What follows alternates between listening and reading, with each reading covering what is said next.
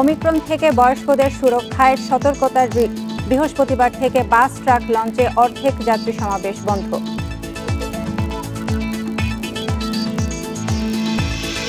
ধুলার কারণে শীতের 4 মাসে ঢাকায় চরম বায়ু দূষণ, অপরিকল্পিত নগরায়ন কারখানাকে দায়।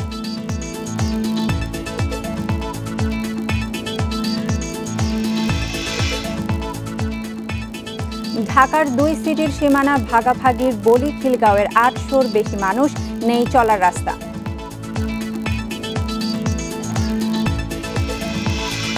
বিশ্বে মোট করোনা আক্রান্ত ছাড়ালো 31 কোটি। ভারতের নতুন ধরন শনাক্ত, বাড়ছে সংক্রমণ।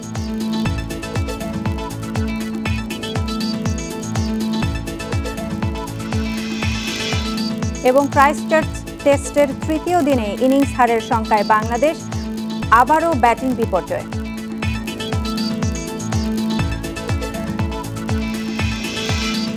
স্বাগত সকাল 9টার 1 ঘন্টার বিরতিহীন ইন্ডিপেন্ডেন্ট সংবাদে। আপনাদের সাথে রয়েছি আমি সাইন ইসলাম এবং আমি আলী আশরাফ। শুনছিলেন শিরোনাম, যাচ্ছি পুরো খবরে।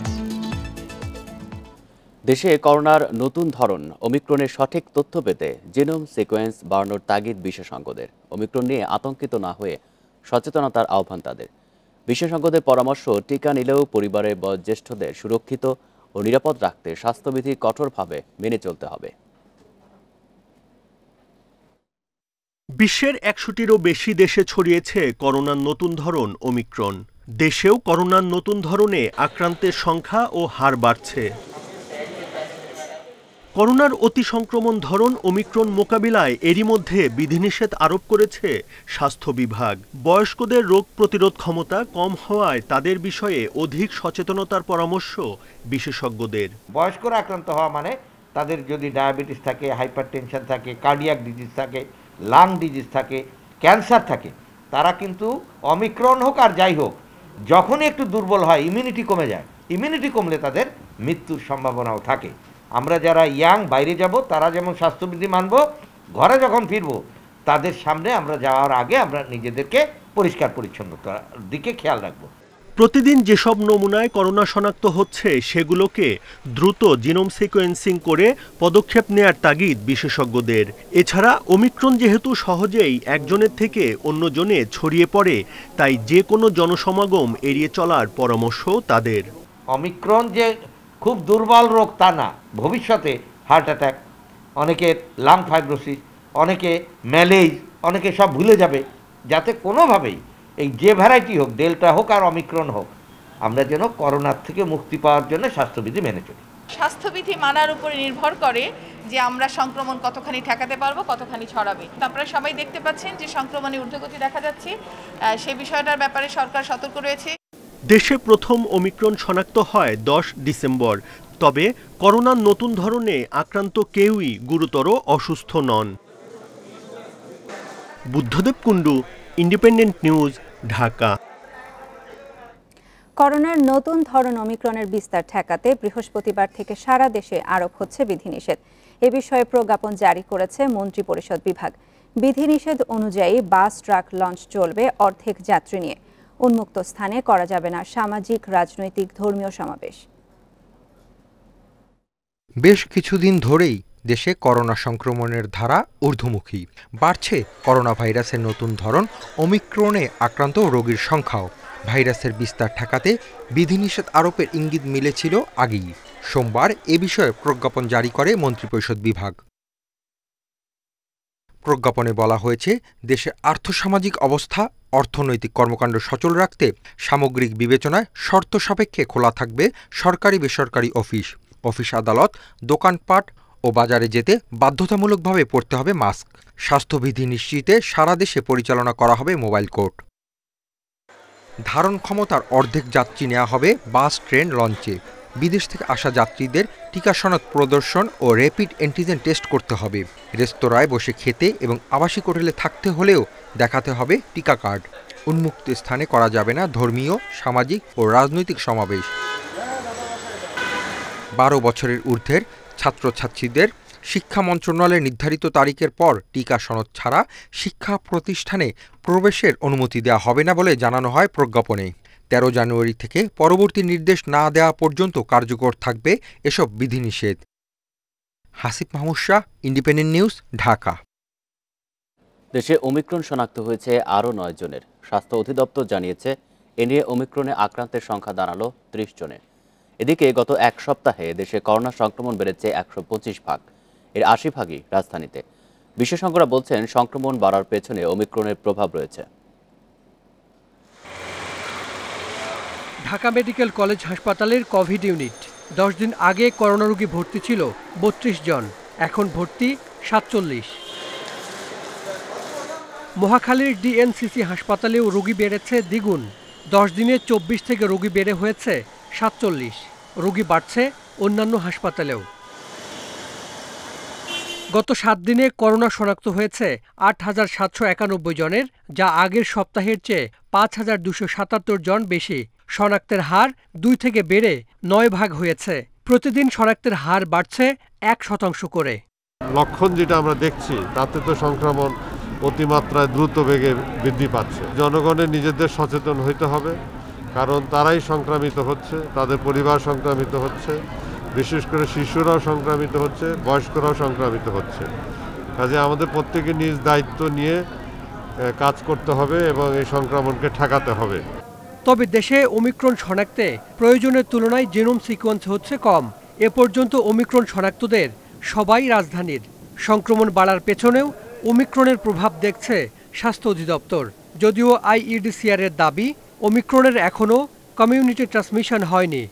এদের মধ্যে বেশিরভাগেরই বিদেশ থেকে আসার অথবা বিদেশ থেকে আসা মানুষের সংস্পর্শে আসার ইতিহাস রয়েছে। তবে আমার জানা মতে এরকমও আছেন 2-1 জন যাদের বিদেশে যাওয়া বা বিদেশ থেকে আসা যাত্রীদের সাথে সংস্পর্শে কোনো ইতিহাস নেই।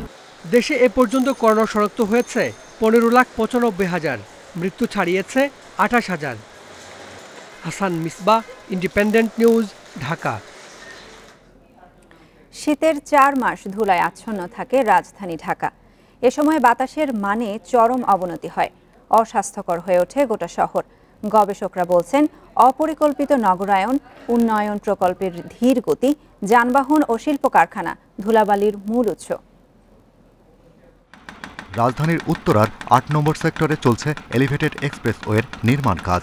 উন্মুক্তভাবে সড়ক খনন, রাস্তার পাশে বালুর স্তূপ, সেই সাথে নগর পরিবহনের ধুলা ধোঁয়ায় সারাক্ষণই আচ্ছন্ন থাকে মেগা সিটি ঢাকা। আরও কিছু দূর এগোলে আবদুল্লাপুরের ধুলা রাজ্য। দিনের বেলায় আলো জ্বালিয়ে চলছে গাড়ি। আর তেজগাঁ শিল্পাঞ্চল ধুলায় ঢেকে থাকে দিন রাত 24 ঘন্টা। এছাড়াও Mirpur, Kazipara, Shewrapara, Bangla motor, Shahbag, press club, Paltan, Mohammadpur, মতিঝিলের অনেক এলাকা এখন ধুলাময় থাকছে মেট্রো রেল ও রাস্তা সংস্কারের কাজে। গাড়ি চলাচলের সঙ্গে ধুলার তীব্রতা আরও বাড়তে থাকে।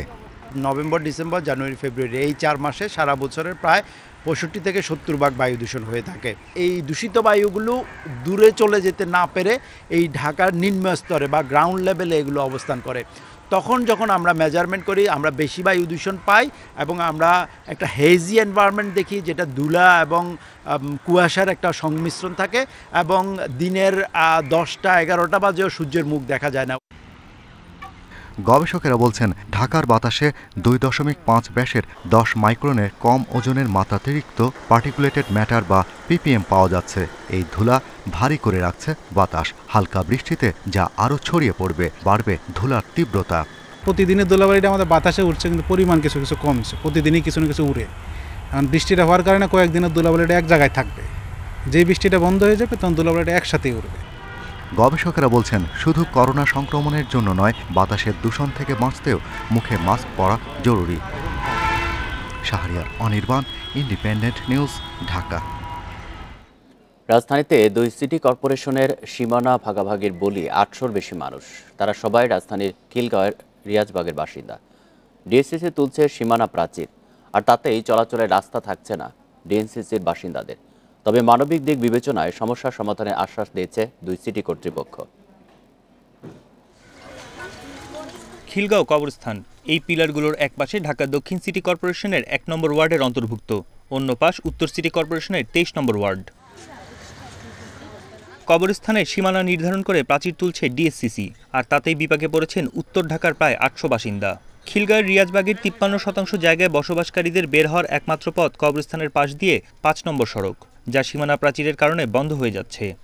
যখন কবরস্থান আরম্ভ হয় 30 বছর আগে, তখন আমরা নিজেরাই অর্থায়ন করে, আমাদের নিজস্ব অর্থায়নে রাস্তাটা ভরাট করি, আমরা ভরাট করে এদিক দিয়ে চলাচল করতেছি। এদিক দিয়ে বিদ্যুতের লাইন, পানির লাইন, সোয়ারেজের লাইন আমরা নিজেরাই করছি। এই রাস্তাটা যদি বন্ধ হয়ে যায় তাহলে আমাদের চলাচলের রাস্তা সম্পূর্ণই বন্ধ হয়ে যাবে। আমরা যে ঘর থেকে বের হবো তার কোনো আর অন্য কোনো উপায় নাই। যেহেতু 3টা সাইড আমাদের এখানে বাউন্ডারি, যাওয়ার কোনো ক্যাপাসিটি নেই। এই রাস্তাটা যদি বন্ধ করে দেয় তাহলে মরা ছাড়া কিছু থাকবে না।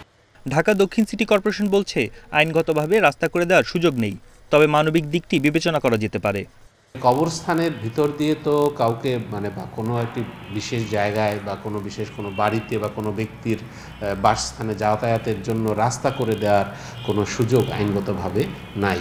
শুধু আইনগত দিক থেকেই না, এটা মানবিক একটি বিষয় এটার সাথে জড়িত। স্থানীয়দের সমস্যা সমাধানে আশ্বাস দিচ্ছে ঢাকা উত্তর সিটি কর্পোরেশনও। এটা উত্তর দক্ষিণের কোনো ব্যাপার না। উত্তর দক্ষিণের এই কাজের সাথে যারা জড়িত সবার সাথে আলাপ করে এবং সম্মানিত কাউন্সিলরগণের সাথে সমন্বয় করে জনকল্যাণে যে পদক্ষেপ গ্রহণ করা জরুরি, আমরা অতীব জরুরি ভিত্তিতে এই পদক্ষেপ আমরা গ্রহণ করব। তবে ডিয়াজবাগের বাসিন্দাদের এই সংকট কবে নাগাদ সমাধান হবে তা নিশ্চিত করেনি দুই সিটি কর্তৃপক্ষ। বনি ইবনে কামাল, ইন্ডিপেন্ডেন্ট নিউজ, ঢাকা। দেখছেন বিরতিহীন ইন্ডিপেন্ডেন্ট সংবাদ। সংবাদে আরও থাকছে, যশোরের অভয়নগরে নবনির্বাচিত ইউপি সদস্য উত্তম সরকার খুন, প্রাণ গেল দুর্বৃত্তের গুলিতে।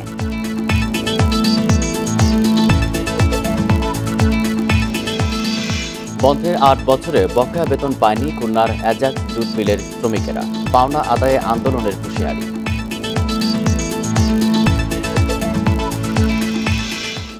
কুমিল্লা ও নোয়াখালী অঞ্চলসহ রাজশাহী, খুলনা, ময়মনসিংহ এবং ঢাকা বিভাগের 2-1 জায়গায় আজ থেকে গুড়ি গুড়ি বৃষ্টি হতে পারে।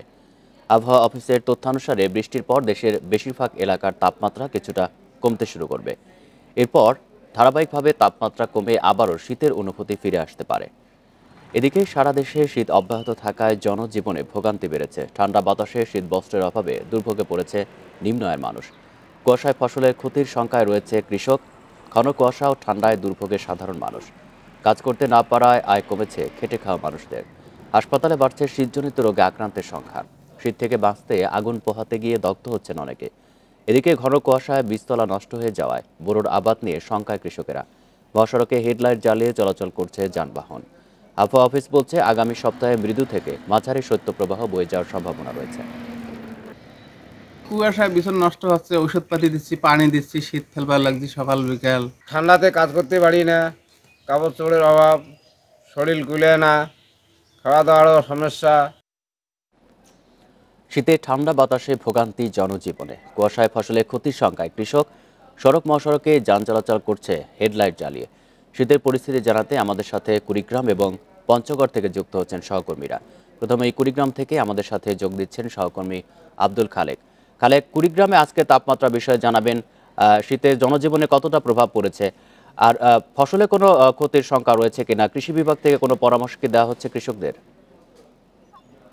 আসলে তাপমাত্রা গতকালের চেয়ে আরো কিন্তু কমে গেছে। গতকাল ছিল 13.5 ডিগ্রি সেলসিয়াস, আজকে কিন্তু 12 ডিগ্রি সেলসিয়াসে নেমে এসেছে এবং আবহাওয়া অধিদপ্তর থেকে যেটি বলা হচ্ছে যে আগামী 15 তারিখ থেকে একটি শৈত্যপ্রবাহের আশঙ্কা রয়েছে। তো আজকে আমরা খেয়াল করলাম যে খুব ভোর থেকে ঘন কুয়াশা আচ্ছন্ন হয়েছে চারপাশ এবং যানবাহন গুলো হেডলাইট জ্বালিয়ে চলাচল করছে এবং লোকজনের চলাচল রাস্তাঘাটে খুব কম ছিল। তো আমি এখন যে জায়গাটিতে দাঁড়িয়ে আছি সেটি হচ্ছে শহরের সয়ানীপাড়া বস্তি এবং এখানকার বেশিরভাগ লোকই বলছেন যে যেহেতু তারা কর্মজীবী এবং খেটে খাওয়া মানুষ, তারা বলছেন তাদের কাজ হচ্ছে না কয়েকদিন ধরে এবং কাজ না হওয়ার কারণে তাদের আয় কমে গেছে। আয় কমে যাওয়ার কারণে তাদের খাদ্য কষ্ট শুরু হয়েছে। পাশাপাশি তারা আগুনের উত্তাপ থেকে বাঁচার জন্য তারা আগুন পোহাচ্ছেন সকালে এবং ঝুঁকিপূর্ণভাবে আগুন পোহার কারণে অনেকেই দগ্ধ হওয়ারও আশঙ্কা রয়েছে। আর আপনাকে একটি বিষয় জানিয়ে রাখি যে এই এলাকায় কিন্তু হাসপাতালে বার্ন ইউনিট নেই, সেক্ষেত্রে কিন্তু রংপুর মেডিকেল কলেজে হাসপাতালে চিকিৎসা নেওয়া ছাড়া কোনো উপায় থাকে না। আরেকটি বিষয় আমি এখানে দেখলাম যে গবাদি পশু রোগ ব্যাধি ছড়িয়ে পড়েছে এবং গবাদি পশু এই শীতের হাত থেকে বাঁচার জন্য তারা কিন্তু নানা ধরনের ছেঁড়া কাপড়, চট ইত্যাদি দিয়ে গবাদি পশুকে আবৃত করছে এবং তারা বলছেন যে আস্তে আস্তে এই গবাদি পশু রোগ ব্যাধি বেড়ে যাওয়ার কারণে বিভিন্ন ধরনের ওষুধ প্রয়োগ করা হচ্ছে না। আরেকটি বিষয় আপনি যেটি বলছিলেন, গতকাল এবং আজকেও আমি বিভিন্ন কৃষকের সাথে কথা বলেছি, তারা জানিয়েছেন যে একটানা ঘন কুয়াশার কারণে কিন্তু বীজতলা নষ্ট হয়ে যাচ্ছে এবং তার স্প্রে দিচ্ছেন এবং কৃষি বিভাগের পরামর্শ অনুযায়ী সকালবেলা পানি ঝরিয়ে দিচ্ছেন, শিশির ঝরিয়ে দিচ্ছেন। তারপরে কিন্তু এই বীজতলা দিয়ে তারা আসলে বড় রোপণ করতে পারবেন কিনা সেই বিষয়ে তারা শঙ্কায় রয়েছে। খালেক, আপনি থাকবেন আমাদের সাথে। আমরা এবার পঞ্চগড়ের শীত পরিস্থিতি জেনে আসি। সেখান থেকে আমাদের সাথে যুক্ত আছেন সহকর্মী শফিকুল আলম। শফিকুল, পঞ্চগড়ে আজকে তাপমাত্রা কেমন জানাবেন? খেটে খাওয়া মানুষদের দুর্ভোগ কেমন, বিস্তারিত জানাবেন। জি, শীত প্রবণ এলাকা হিসেবে পরিচিত উত্তরের জেলা পঞ্চগড়ে আসলে শীতের প্রকোপ বরাবরই বেশি থাকে। তো আমরা দেখছি টানা এক সপ্তাহ শৈত্যপ্রবাহের পরে গত দুদিন ধরে কিন্তু তাপমাত্রা, আবহাওয়া অফিসের তথ্য মতে তাপমাত্রা কিছুটা বৃদ্ধি পেয়েছে। আজ সকাল 6টায় তেঁতুলিয়া আবহাওয়া পর্যবেক্ষণ কেন্দ্রের পক্ষ থেকে রেকর্ড করা হয়েছে সর্বনিম্ন তাপমাত্রা 12.4 ডিগ্রি সেলসিয়াস, যেটি গতকালকে 12.5 ডিগ্রি সেলসিয়াস ছিল। তো আমি তেঁতুলিয়া আবহাওয়া পর্যবেক্ষণ কেন্দ্রের ভারপ্রাপ্ত কর্মকর্তা মোহাম্মদ রাসেল শাহ, তার সাথে কথা বলেছি। তিনি আমাকে জানিয়েছেন যে আসলে ঘন কুয়াশা যদি থাকে সেক্ষেত্রে শীতের তাপমাত্রা অর্থাৎ তাপমাত্রা বৃদ্ধি পায়, এবং যদি হিমেল বাতাস, কনকনে বাতাস থাকে সেক্ষেত্রে ঠান্ডার পরিমাণটা বেড়ে যায়। তো আমরা আসলে দেখছি যে ঘন কুয়াশা আছে, পাশাপাশি কিন্তু বাতাসও আছে আমাদের এখানে। বাতাসের কারণে শীতের তীব্রতা বেড়েই চলছে। আমরা এবার একটু ব্যতিক্রম দেখছি পঞ্চগড় জেলায়, সেটি হলো যে এই শীতজনিত রোগের প্রকোপটা অনেক বেশি। পঞ্চগড় সদর উপজেলার আধুনিক সদর হাসপাতাল ছাড়াও কিন্তু পঞ্চগড়ের 5 উপজেলা আটোয়ারি, বদা, তেঁতুলিয়া এবং দেবীগঞ্জ উপজেলার, আমি উপজেলার স্বাস্থ্যকেন্দ্রে বিভিন্ন স্বাস্থ্যকেন্দ্রে খবর নিয়েছি, সেখানে প্রতিদিন অসংখ্য শিশু, বিশেষ করে শিশু এবং বয়স্করা ডায়রিয়া, নিউমোনিয়া, শ্বাসকষ্ট, সর্দি, এরকম নানান রকম শীতজনিত রোগ নিয়ে তারা কিন্তু আক্রান্ত হচ্ছে। আসলে এসব স্বাস্থ্যকেন্দ্র এবং পঞ্চগড় আধুনিক সদর হাসপাতালের শিশু ওয়ার্ড, সেখানে কিন্তু স্থান সংকুলান হচ্ছে না। আর চিকিৎসকরা বলছেন যে প্রত্যেক দিন সামান্য এইসব শীতজনিত উপসর্গ নিয়ে কিন্তু অসংখ্য রোগী তারা চিকিৎসা নিয়ে চলে যাচ্ছেন। এর বাইরে আসলে শীত মানে দুর্ভোগ। প্রত্যেক বছর আমরা দেখি এই শীত এলেই দুস্থ খেটে খাওয়া মানুষের দুর্ভোগ বেড়ে যায়, এবারও এর ব্যতিক্রম নয়। এই ছিল পঞ্চগড় থেকে শীতের সর্বশেষ। কুড়িগ্রাম এবং পঞ্চগড় থেকে জানাচ্ছেন আমাদের সহকর্মীরা। রাজধানীর অসহায় ছিন্নমূল মানুষের মাঝে শীত বস্ত্র বিতরণ করেছে আওয়ামী লীগের বন ও পরিবেশ উপকমিটি। সোমবার রাতে রাজধানীর মালিবাগ রেলগেটে এই শীত বস্ত্র বিতরণ করা হয়। শীত বস্ত্র বিতরণের আগে আওয়ামী লীগ বন ও পরিবেশ সম্পাদক দেলোয়ার হোসেন বলেন, শীতে মানুষের কষ্ট মেনে নেওয়া যায় না, তাই মানুষের প্রতি সহমর্মিতা নিয়ে আওয়ামী লীগ সভানেত্রী শেখ হাসিনার নির্দেশে অসহায় মানুষের মাঝে পাশে দাঁড়িয়েছেন তারা। এ সময় সব দুর্যোগে একমাত্র আওয়ামী লীগই গরিব অসহায় মানুষের পাশে আছে বলে মন্তব্য করেন দলটির নেতারা।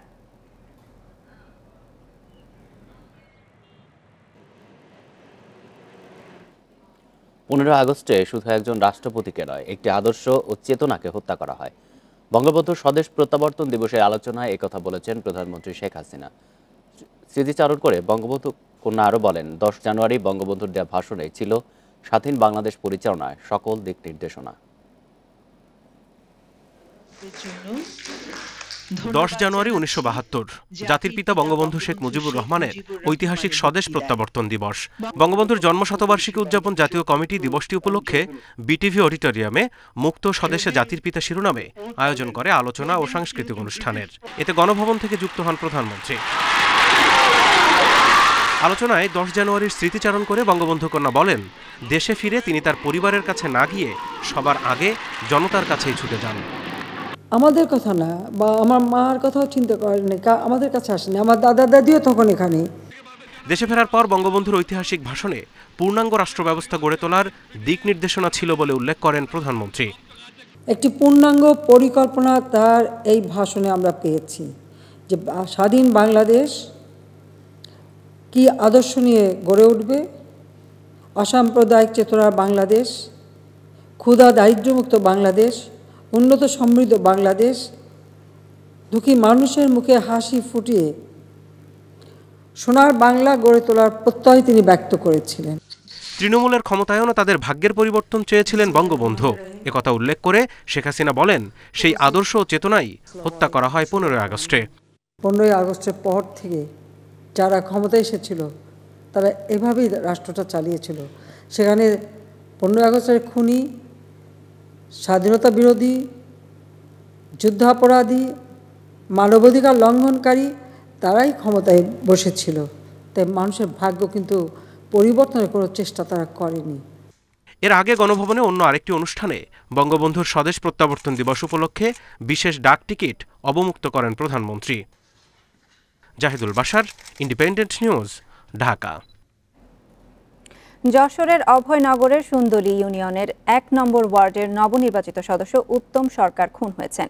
সোমবার রাত ৮টার দিকে হরিশপুর প্রাথমিক বিদ্যালয়ের কাছে তাকে গুলি করে দুর্বৃত্তরা। অভয়নগর থানার ওসি জানান, সুন্দলী বাজার থেকে হরিশপুরে গ্রামের বাড়িতে ফিরছিলেন উত্তম সরকার। হরিশপুর প্রাথমিক বিদ্যালয়ের কাছে পৌঁছলে সন্ত্রাসীরা তাকে গুলি করে। এতে ঘটনাস্থলেই নিহত হন উত্তম সরকার। পরে গুলির শব্দে গ্রামবাসী ছুটে এলে পালিয়ে যায় সন্ত্রাসীরা। কারা এ ঘটনা ঘটিয়েছে তা এখনও জানা যায়নি। পূর্বশত্রুতার জের ধরে এ হত্যাকাণ্ড বলে প্রাথমিকভাবে ধারণা করছে পুলিশ।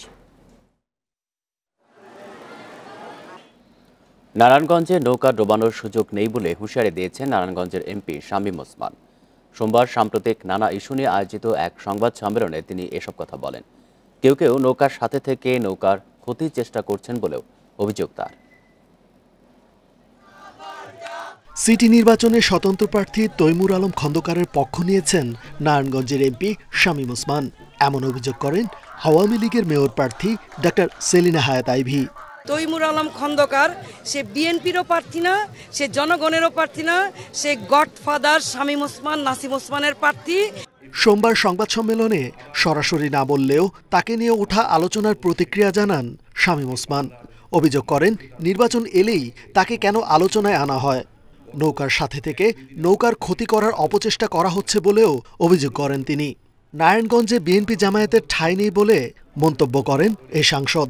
আমি মনে করি আমাদের জয় হবে, কারণ এই জায়গাটা হচ্ছে নৌকার, এই ঘাটিটা হচ্ছে নৌকার। বিএনপির তৈমুর আলম খন্দকার সাহেবকে বলবো, আপনি আপনার মতো কথা বলেন, আমাদের কোনো আপত্তি নাই। হাতি দিয়া নৌকা ডুবাই দিবেন আপনি, আমার মনে হয় না নারায়ণগঞ্জে বিএনপি জামাতের ওই ক্ষমতা আছে যে নৌকা ডুবাই দেওয়ার ক্ষমতা রাখে, এটা আমি বিশ্বাস করি। সংবাদ সম্মেলনে সব রাগ অভিমান ছেড়ে নৌকার জন্য কাজ করার আহ্বান জানান শামীম ওসমান। সবার ঘরে ঘরে যে নৌকার পক্ষে ভোট চাওয়ার আহ্বানও জানান তিনি। যেভাবে নামা উচিত আমার, সেভাবে নামতে পারিনি, তবে আজকের থেকে ইনশাল্লাহ সেভাবে নামলাম।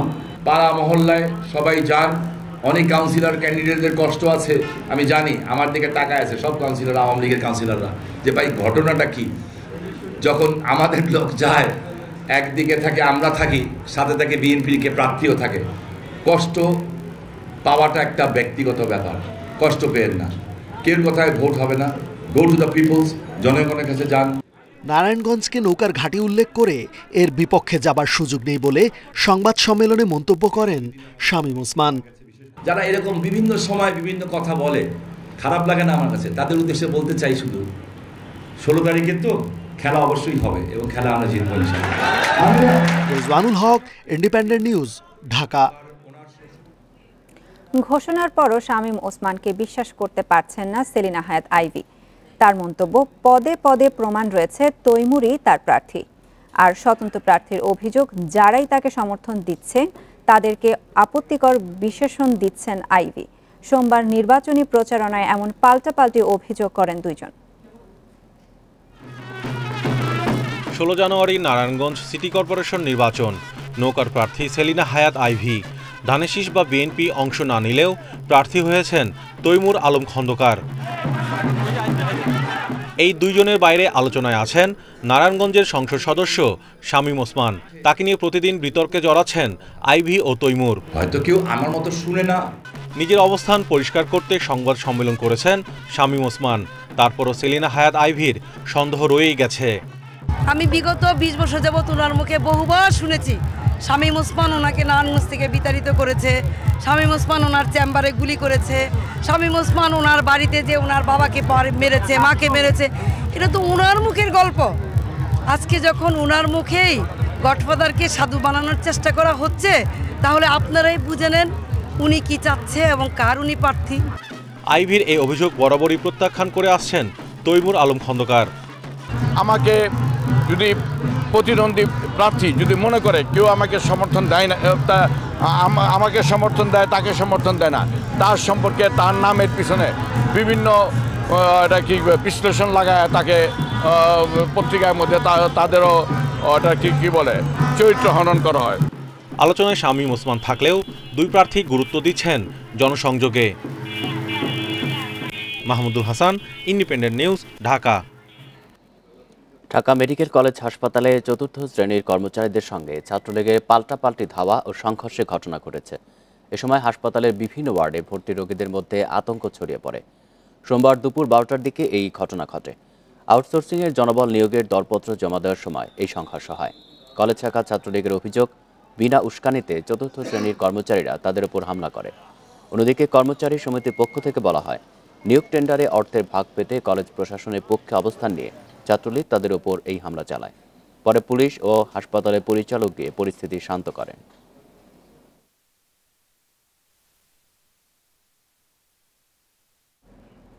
বন্ধের ৮ বছর পার হলেও বকেয়া বেতন ভাতা পায়নি খুলনার বেসরকারি এজাক্স জুট মিলের শ্রমিকরা।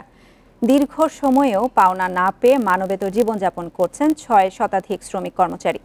তবে পাওনা আদায়ের আন্দোলনের হুঁশিয়ারি দিয়েছেন শ্রমিক নেতারা। খুলনার শিরোমণি এলাকায় বেসরকারি এজাক্স জুট মিলে লোকসানের অজুহাতে ২০১৩ সালে বন্ধ ঘোষণা করে মালিক কাউসার জামান বাবলা।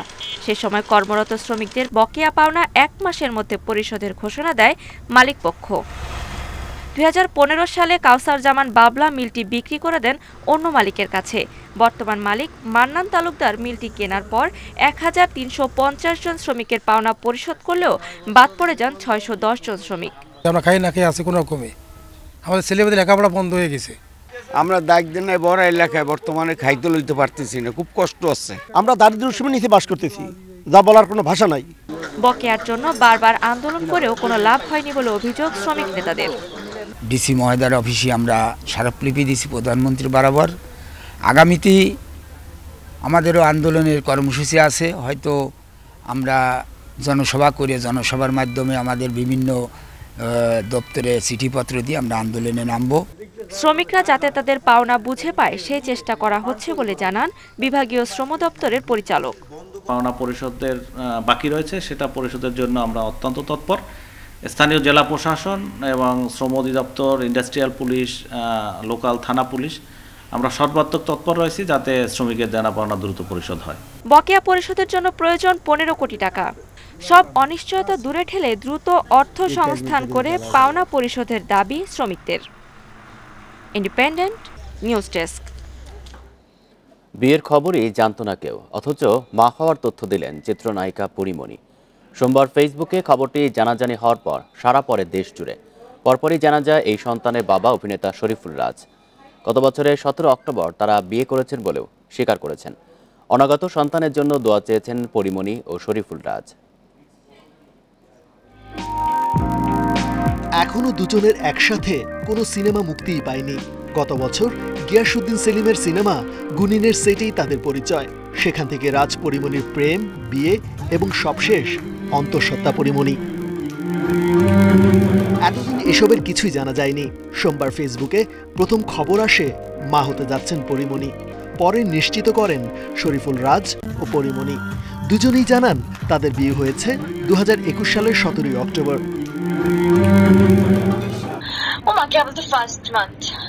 প্রথম মাস, এখন ওয়েট করে ৯ মাস। এখন যখন আমাকে কনফার্ম করলো যেটা পজিটিভ, তখন বিশ্বাস করে আমার খালি মনে হয়েছে যে পৃথিবীর সব থেকে পাওয়ারফুল উইমেনটা আমি। মনে হচ্ছে আমার দুটা ডানা গজায় গেছে, আমি উঠতেছি। গুলশানের একটি হাসপাতাল থেকে শারীরিক পরীক্ষা শেষে একসঙ্গে প্রথম ছবি পোস্ট করেন দুজন। এ সময় অনাগত সন্তানের জন্য সবার কাছে দোয়া চান। খুবই সত্য, এটাই হচ্ছে শুভকর। যারা ভালোবাসে দোয়া করে আমাদের বাচ্চা ভালো থাকে, সুস্থ থাকে, এবং বাচ্চার মাও সুস্থ থাকে। গাছের স্বপ্ন দূরে ফেলে দূরের স্বপ্ন কাছে ডাকি। আইসক্রিম ছবিটির মাধ্যমে চলচ্চিত্রে অভিষেক হয় শরীফুল রাজের। সবশেষ নেটওয়ার্কের বাইরে ছবিতে দেখা যায় রাজকে। অন্যদিকে ভালোবাসা সীমাহীন ছবির মধ্য দিয়ে ঢালিউডে অভিষেক হয় পরিমণির। যেটুকু সময় পাবো শুধু ভালোবেসে যাবো। নানা ঘটনায় বেশ কিছুদিন ধরেই আলোচনায় আছেন চিত্রনায়িকা পরিমণি, কিন্তু তার মা হবার খবর ছাপিয়ে গেছে সবকিছু। রেজওয়ানুল হক, ইন্ডিপেন্ডেন্ট নিউজ, ঢাকা। আমদানি বাড়তে থাকায় ফের টাকার বিপরীতে শক্তিশালী অবস্থানে ডলার। 1.5 মাস অবস্থান ধরে রাখার পর চলতি সপ্তাহে এক ধাক্কায় ডলারের বিপরীতে টাকার মান কমল 20 পয়সা। বাজার স্থিতিশীল রাখতে ডলার বিক্রির পাশাপাশি হুন্ডি প্রবণতা ও অর্থ পাচার রোধে কেন্দ্রীয় ব্যাংককে কঠোর হওয়ার পরামর্শ বিশেষজ্ঞদের। গত 1.5 মাস অবস্থান ধরে রাখার পর বছরের শুরুতেই তেজিভাব দেখাচ্ছে ডলার। সদ্যবিদায়ী বছরের ডিসেম্বর মাসে প্রতি ডলার কেনাবেচা হয় 85 টাকা 80 পয়সায়, কিন্তু নতুন বছরের শুরুতেই এক ধাক্কায় টাকার মান কমেছে 20 পয়সা। বাংলাদেশ ব্যাংকের তথ্য বলছে, আন্তঃব্যাংক মুদ্রা বাজারে 9 এবং 10 জানুয়ারি ডলার বিক্রি হয়েছে 86 টাকায়। ব্যাংকের বাইরে খোলা বাজার বা কার্ভ মার্কেটে কেনাবেচা হচ্ছে প্রতি ডলার 91 টাকায়। 90 টাকা 20 পয়সা আজকের রেট, আমরা কিনতেছি 90 টাকা 40 পয়সা আমরা বিক্রি করতেছি। তথ্যানুযায়ী চলতি অর্থবছরের 5 মাসেই দেশে আমদানি হয়েছে 3116 কোটি ডলারের পণ্য, যা গত অর্থবছরের একই সময়ের চেয়ে প্রায় 54% বেশি। ব্যাংকাররা বলছেন, আমদানি বেড়ে যাওয়ায় ডলারের চাহিদা বেড়ে গেছে, কিন্তু সেই অনুযায়ী প্রবাসীদের পাঠানো আয় ও রপ্তানি আয় বাড়েনি। ফলে আমদানি দায় পরিশোধে বাড়তি ডলার লাগছে। এতে টাকার বিপরীতে বাড়ছে ডলারের দাম। ডলারের উপর একটা প্রেশার এসছে আর কি, মানে যে পরিমাণে ইম্পোর্ট হচ্ছে সেই পরিমাণের এক্সপোর্ট হচ্ছে না এবং একই সাথে রেমিটেন্স হচ্ছে না বিধায় ডলারের উপরে প্রেশারটা, এবং ফলে ডলারের মূল্যটা বেড়ে গেছে। ডলারের দাম স্থিতিশীল রাখতে বাংলাদেশ ব্যাংকের কার্যকরী ভূমিকা চান বিশেষজ্ঞরা। প্রয়োজনে একটি সমীক্ষা করার পরামর্শ তাদের। মার্কেটকে মনিটর করা উচিত, কার মার্কেট বিশেষ করে বাইরে দিয়ে বিক্রি হচ্ছে এটাকে মনিটর করা উচিত। ওভার ইনভয়েসিং, আন্ডার ইনভয়েসিং হচ্ছে কিনা ইম্পোর্টে, এটা দেখলে কিছুটা সংযত হবে ডলার। বাজার স্থিতিশীল রাখতে ব্যাংকগুলোর চাহিদার বিপরীতে ডলার বিক্রি করেছে কেন্দ্রীয় ব্যাংক। চলতি অর্থবছরের জুলাই থেকে 10 জানুয়ারি পর্যন্ত বিভিন্ন ব্যাংকের কাছে 250 কোটি ডলার বিক্রি করেছে কেন্দ্রীয় bank. Shamim Ahmed, independent News, Dhaka. উদ্বোধনের অপেক্ষায় রাঙ্গামাটি শহরে রিজার্ভ বাজার পুরান বস্তি সেতু ও দুর্গম রানিয়াচরের চেঙ্গি সেতু। দৃষ্টিনন্দন সেতু দুটি নিয়ে স্থানীয়দের উচ্ছ্বাসের শেষ নেই। তারা বলছেন, যাতায়াতে দুর্ভোগ অবসানের পাশাপাশি এলাকার অর্থনৈতিক উন্নয়নে সেতু দুটি বিশেষ ভূমিকা রাখবে।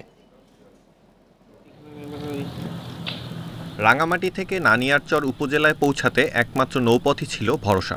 সড়ক যোগাযোগ বিচ্ছিন্ন থাকায় সব দিক দিয়ে পিছিয়ে ছিল উপজেলাটি। তবে চেঙ্গি নদীর উপর নির্মিত সেতু বদলে দিয়েছে এলাকার চিত্র। সেনাবাহিনীর তত্ত্বাবধানে 500 মিটার দীর্ঘ এই সেতু নির্মাণে ব্যয় হয়েছে প্রায় 225 কোটি টাকা। সড়ক জনপথ বিভাগের অর্থায়নে 2021 সালে নির্মিত এ সেতু চালু হয়েছে পরীক্ষামূলকভাবে। স্থানীয়রা বলছেন, পাহাড়ের অনগ্রসর এ অংশে চেঙ্গি সেতু খুলে দিয়েছে সম্ভাবনার দুয়ার। এখন ব্রিজটা হওয়ার পর আমাদের আর এখন কোনো চিন্তা নেই, এখন আমরা খুব ভালোই আছি। একজন গর্ভধারিণী মাকে যখন রাঙ্গামাটি অথবা চট্টগ্রাম রেফার করতো, হয়তোবা ব্রিজের কারণে, যাতায়াতের কারণে অনেক রোগী রাস্তার মধ্যে মৃত্যুবরণ করতো। যে সময়টা আমাদের এখন সেভ হচ্ছে, এটা আসলে মানে অভাবনীয় বিষয়। এই ব্রিজ আমাদের এলাকার চেহারা পরিবর্তন হয়ে যাবে, এলাকার মানুষের জীবনযাত্রার মান উন্নতি হবে। এদিকে 6 দশকের অপেক্ষার অবসান ঘটিয়েছে রাঙ্গামাটি শহরের রিজার্ভ বাজার পুরান বস্তি সেতু। 1960 সালে কাপ্তাই বাঁধ দেওয়ার কারণে রাঙ্গামাটি শহর থেকে বিচ্ছিন্ন হয়ে যায় এলাকাটি। এরপর থেকে আধুনিক প্রায় সব সুবিধা থেকে বঞ্চিত পুরান বস্তির মানুষ। দাঁড়াই থাকতে হয়তো বোটের জন্য, নৌকার জন্য, চাপানোর জন্য, আজ এখন আর দাঁড়াতে হয় নাই। আমরা অনেক উপকার হয়েছে এই ব্রিজটা হওয়াতে। এই ব্রিজটা পাওয়াতে আমাদের পুরনপাড়া এলাকাবাসীর দীর্ঘদিনের আশা আকাঙ্ক্ষা পূরণ হয়েছে। পার্বত্য চট্টগ্রাম উন্নয়ন বোর্ড বলছে, যোগাযোগ সহজ হওয়ার পাশাপাশি পর্যটক আকর্ষণে গুরুত্বপূর্ণ ভূমিকা রাখবে সেতু দুটি। ব্রিজের পরে নানিয়ার পর যদি আমরা লংউডের এই রোডটা যদি কানেক্টিভিটি যদি হয়ে যায়, তাহলে তার পাশাপাশি আমরা সোজা আমরা বাগাইছড়ি হয়ে সাজেক আমাদের যাওয়ার সেই সুযোগটা অতি সহজে হয়ে যাবে।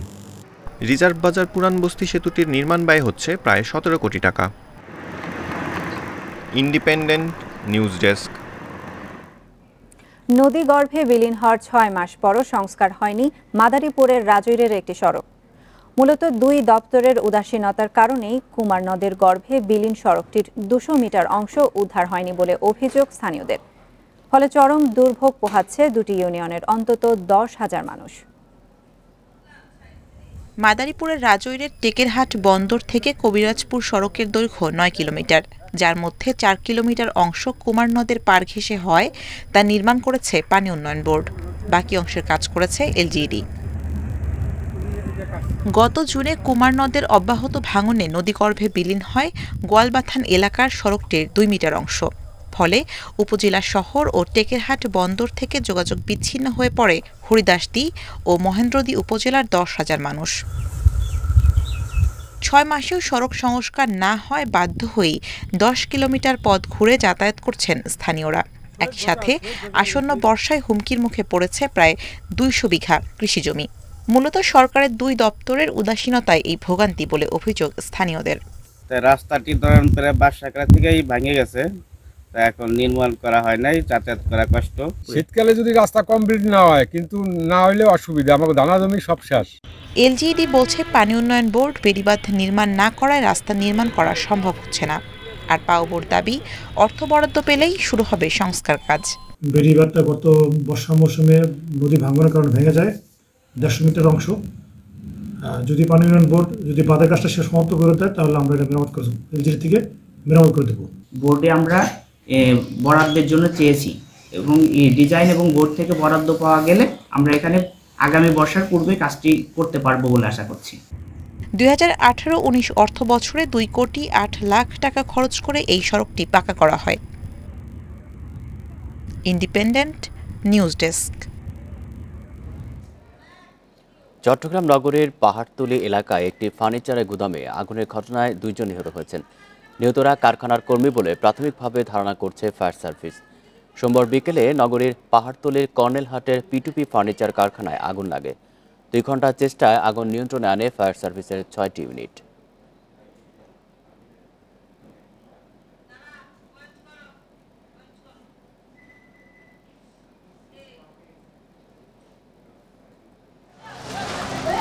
সোমবার বিকেল 3:30টার দিকে চট্টগ্রামের পাহাড়তলী থানার কর্নেল জোন্স সড়কের P2P ফার্নিচার কারখানায় আগুন দেখতে পান স্থানীয়রা। মুহূর্তেই লেলিহান শিখা ছড়িয়ে পড়ে পেছনের গোদামে। সে সময় অনেকে আগুন নিয়ন্ত্রণে এগিয়ে এলেও কারখানা কর্তৃপক্ষ তাদের ভেতরে ঢুকতে দেয়নি বলে অভিযোগ স্থানীয়দের। বিশাল একটা বিস্ফোরণ হয়, বিস্ফোরণের সাথে সাথে আমরা এখানে দেখলাম যে অন্ধকার হয়ে গেছে।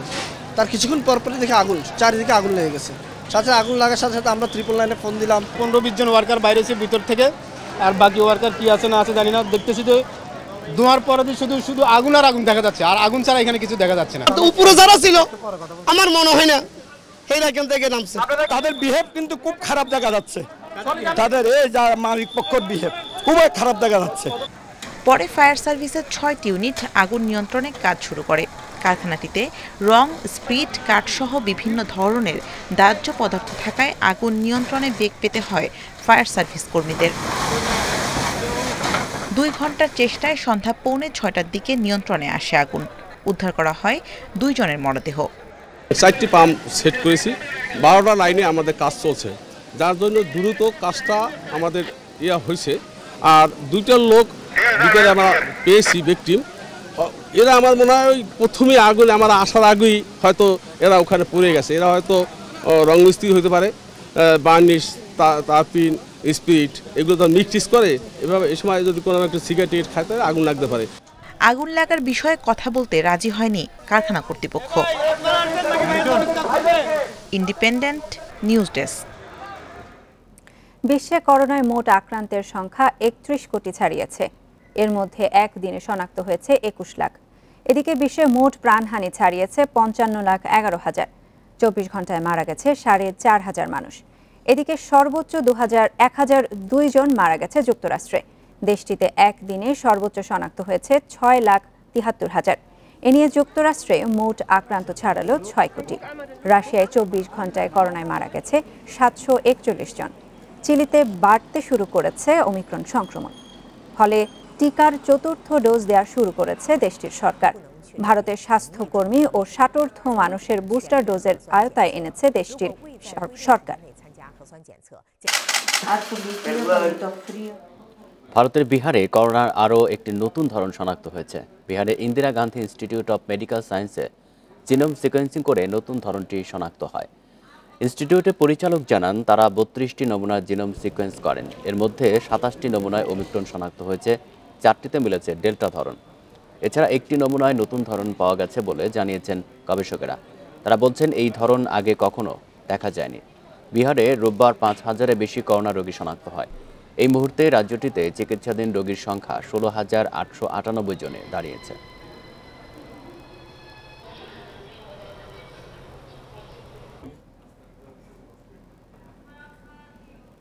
এক সপ্তাহে দ্বিতীয় দফা ব্যালিস্টিক ক্ষেপণাস্ত্র উৎক্ষেপণ করেছে উত্তর কোরিয়া। জাপান ও দক্ষিণ কোরিয়া এ তথ্য নিশ্চিত করেছে। মঙ্গলবার সকালে এই ব্যালিস্টিক ক্ষেপণাস্ত্র পরীক্ষা করেছে পিয়ংইয়ং।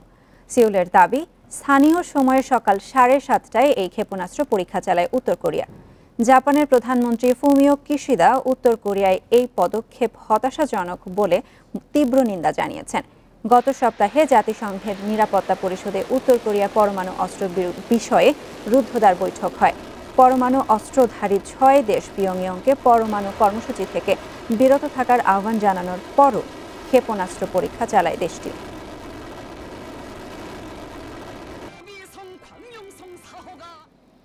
আফগানিস্তানে নানগারহার প্রদেশে মর্টার শেল বিস্ফোরণে অন্তত 9 শিশু নিহত হয়েছে।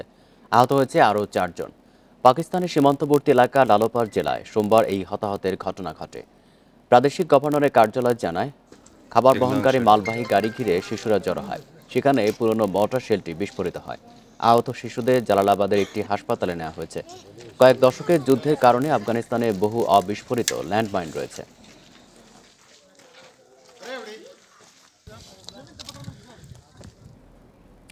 ইউক্রেন ইস্যুতে সমঝোতার লক্ষ্যে বৈঠক করেছেন যুক্তরাষ্ট্র ও রাশিয়ার কূটনৈতিক ও সেনা কর্মকর্তারা। সোমবার সুইজারল্যান্ডের জেনেভায় এই বৈঠক অনুষ্ঠিত হয়। বৈঠকে নিজ নিজ দেশের প্রতিনিধিত্ব করেন মার্কিন উপ-পররাষ্ট্রমন্ত্রী ওয়েরিং শেরম্যান ও রাশিয়ার উপ-পররাষ্ট্রমন্ত্রী সের্গেই রিয়াবকভ। এ সময় ইউক্রেন সীমান্ত থেকে হামলা ও সংঘাত এড়াতে আলোচনা করেন তারা। বৈঠকে আগে রুশ প্রেসিডেন্ট ভ্লাদিমির পুতিনকে সংলাপ বা সংঘাত যে কোনো একটি বেছে নেওয়ার হুঁশিয়ারি দেয় মার্কিন পররাষ্ট্র অ্যান্টনি ব্লিংকেন। এছাড়া ইউক্রেনে হামলা চালালে চরম মূল্য দিতে হবে বলেও সতর্ক করেন তিনি।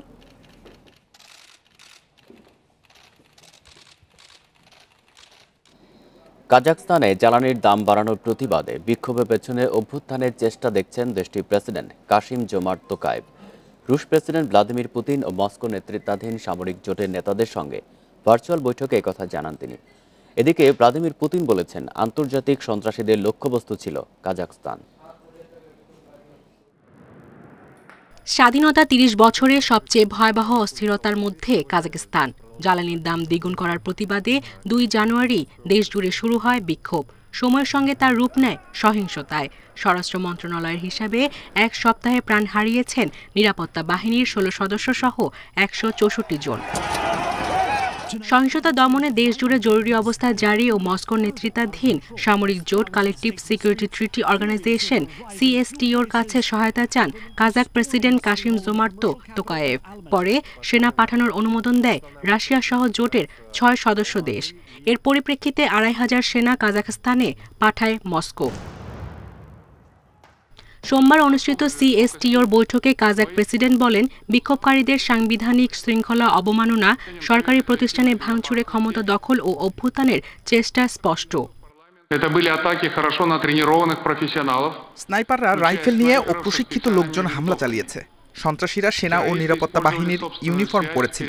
তারা নিজস্ব সংযোগ লাইন ব্যবহার করেছে। বিক্ষোভে অংশগ্রহণকারীদের ঢাল হিসেবে ব্যবহার করেছে। অঞ্চলটিতে কোনো বিপ্লব বরদাস্ত করা হবে না বলে জানিয়ে দিয়েছেন রুশ প্রেসিডেন্ট ভ্লাদিমির পুতিন। তবে সময় হলে কাজাখস্তান থেকে সেনা প্রত্যাহার করা হবে বলে জানিয়েছেন তিনি। CSTOর শান্তিরক্ষা বাহিনী কাজাখস্তানে পাঠানো হয়েছে। সে দেশের প্রেসিডেন্টের যতদিন ঠিক মনে করবেন ততদিন সেনারা সেখানে থাকবে। অভিযান শেষ হলে সেনা প্রত্যাহার করা হবে। কাজাখস্তানের পরিস্থিতি স্থিতিশীল আছে বলে জানিয়েছে কর্তৃপক্ষ। রোববার 1400-র মতো নাগরিককে নিজ দেশে ফিরিয়ে নিয়েছে রাশিয়া। সায়রা খান, ইন্ডিপেন্ডেন্ট নিউজ। ক্রাইস্টচার্চ টেস্টের তৃতীয় দিনে ইনিংস হার এড়াতে লড়ছে বাংলাদেশ। প্রথম ইনিংসে 4 ব্যাটিং বিপর্যয়ের পর ফলো অনে পড়ে টাইগাররা। তৃতীয় দিনের সকালেও টপ অর্ডারের ব্যর্থতার পর লিটন সোহানের ব্যাটে ঘুরে দাঁড়ানোর চেষ্টা সফরকারীদের। এখন পর্যন্ত তাদের সংগ্রহ 5 উইকেটে 222 রান। দিনের শুরুতে সাদমান ও নাইমের ব্যাটিংয়ে আস্থা খুঁজে পায় টাইগাররা, তবে 21 রানে সাদমানকে থামান জেমিসন। পরে শান্ত নাইম জুটি আশা দেখালেও কাটেনি বিপদ। ওয়ানডে ম্যাচে শান্ত করেন 29 রান। মুমিন নাইম জুটি শতক পার হলেও 1 ওভার পরেই সাউদির শিকারে পরিণত হয় নাইম। 37 রানে অধিনায়ককে আউট করেন ওয়েগনার, ফেরান ইয়াসির আলীকেও। একের পর এক উইকেট পতনে ইনিংস ব্যবধানে হারের সংখ্যায় বাংলাদেশ।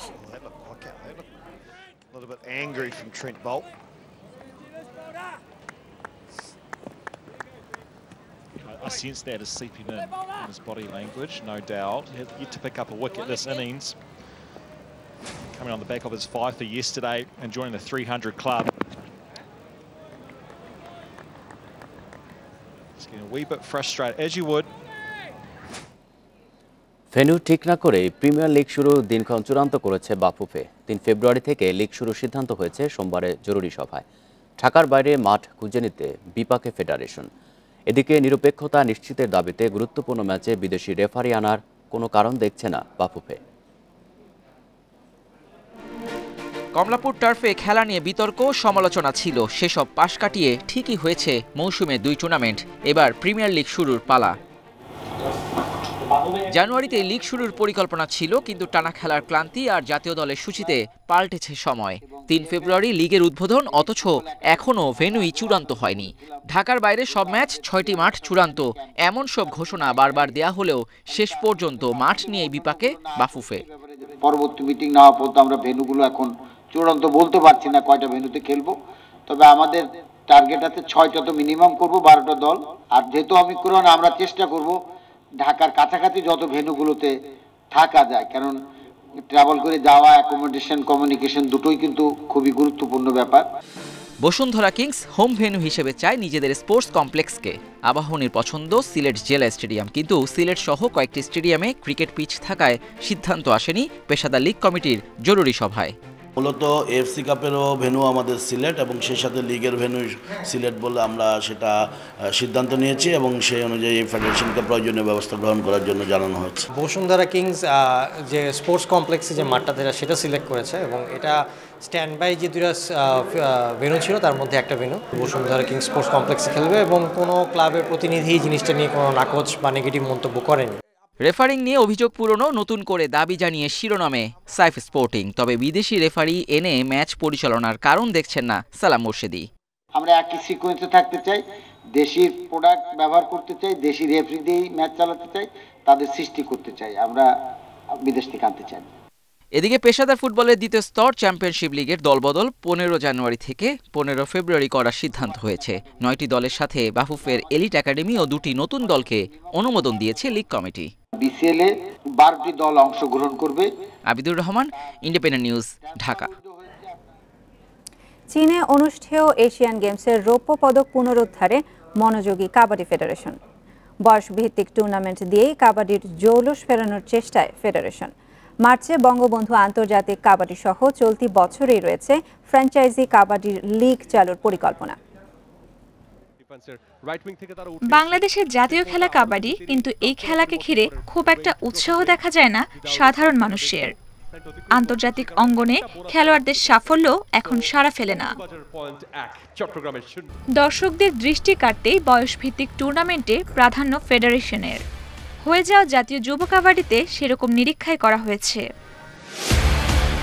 1980 সালে এশিয়ান কাবাডিতে ভারতের কাছে হেরে রৌপ্য পদক পেয়েছিল বাংলাদেশ। পরের আসরে রূপা ধরে রাখলেও 2006 এশিয়ান গেমসে ব্রোঞ্জ পদকই সবশেষ অর্জন। চলতি বছর চীনে অনুষ্ঠেয় এশিয়ান গেমসে পুনরায় পদক জয়ের চ্যালেঞ্জ। এর আগে মার্চে বঙ্গবন্ধু আন্তর্জাতিক কাবাডি আয়োজনে ঘরে প্রস্তুতি যাচাই করার উদ্যোগ কর্তাদের। 15টি দেশকে ইনভাইট করেছি, এর ভিতরে পোল্যান্ড, ইংল্যান্ড, কেনিয়া, মিশর সহ কয়েকটি দেশ ইতিমধ্যেই তারা তাদের সম্মতি জ্ঞাপন করেছে এবং বাকিগুলোর সাথে আমাদের যোগাযোগ চলছে। তো আমরা আশা করি যে অন্তত 12টা দেশ নিয়ে আমরা এই খেলাটি জাতীয় ও বয়সভিত্তিক টুর্নামেন্টে কিছুটা সাফল্য থাকলেও আন্তর্জাতিক অঙ্গনে মলিন দেশের কাবাডি, যেখানে 2014 সাল থেকে বাণিজ্যিকভাবে ভারতের প্রো কাবাডির আবেদন আকাশচুম্বী। দেরিতে হলেও এবছর ফ্র্যাঞ্চাইজি কাবাডি লীগ চালুর উদ্যোগ নিয়েছে কর্তারা। নির্ধারণ হয়েছে 6টি দল। করোনাজনিত একটি কারণ, তারপরে আবার অন্যান্য খেলার সাথে রুটিনের সাথে আবহাওয়ার সাথে সবকিছু মিলিয়ে যে ব্যবস্থাটি করতে হয় সেটির জন্য আমরা গত 2021 এটা করতে সক্ষম হয়নি। আমরা আশা করি 2022-এ কোনো এক সময় আমরা এটি মাঠে নিয়ে আসব। গত বছর করোনার প্রভাবে দেশে যুব কাবাডি বিশ্বকাপ আয়োজনের সুযোগ নষ্ট হলেও এবছর মিলতে পারে সেই সুযোগ। Roksana Afroz, independent news. FA কাপের তৃতীয় রাউন্ডে জয় পেয়েছে ম্যান ইউনাইটেড। ঘরের মাঠে অ্যাস্টন ভিলাকে 1-0 গোলে হারিয়েছে রেড ডেভিলরা। ইপিএলে সবশেষ ম্যাচের হার ভুলতে ভিলার বিপক্ষে আক্রমণাত্মক শুরু করে ম্যান ইউনাইটেড। 8 মিনিটেই দলকে লিড এনে দেন টমিনিও। ফ্রেডের কর্নার থেকে দুর্দান্ত হেডে জাল খুঁজে নেন এই স্কটিশ মিডফিল্ডার। প্রথমার্ধে বেশ কয়েকবার আক্রমণে গেলেও সুযোগ নষ্ট করেন গ্রিনউড ফার্নান্দেজ। অ্যাস্টন ভিলাও গোল শোধে ব্যর্থ হয়। এই জয়ে চতুর্থ রাউন্ডের পথে এক ধাপ এগিয়ে গেল রাংনিকের দল। তুর্কমেনিস্তানে নরকের দরজা বলে পরিচিত মরুভূমি গর্তের আগুন নেভানোর নির্দেশ দিয়েছে দেশটির প্রেসিডেন্ট। পরিবেশ ও স্বাস্থ্যগত কারণে এই আগুন নেভানোর নির্দেশ দেওয়া হয়েছে। সেই সঙ্গে সেখান থেকে গ্যাস রপ্তানিও বাড়াতে চায় তুর্কমেনিস্তান।